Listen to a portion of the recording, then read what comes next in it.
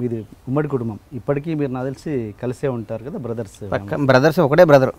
అదే అదే బ్రదర్స్ అంటే మీరిద్దరు అండ్ సిస్టర్స్ ఏం లేరు.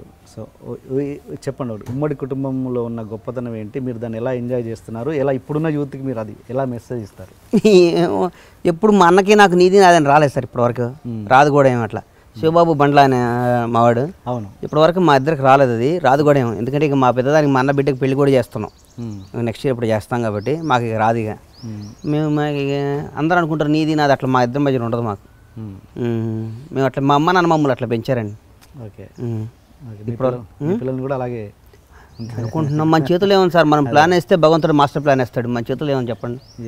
మనం ప్లాన్ వేసుకుని వెళ్తాం, దారిలో యాక్సిడెంట్ అయ్యిందంటే షాద్నగర్ పోవాలని బయలుదేరుతాం, దారిలో యాక్సిడెంట్ అయితే మన చేతిలో లేదు కదా. మన ప్లాన్ అయితే కరెక్ట్గానే ఉంది, మరి భగవంతుడు యాక్సిడెంట్ కాకుండా చూడాలి. Hi, you are watching iDream Media. Please subscribe for more videos.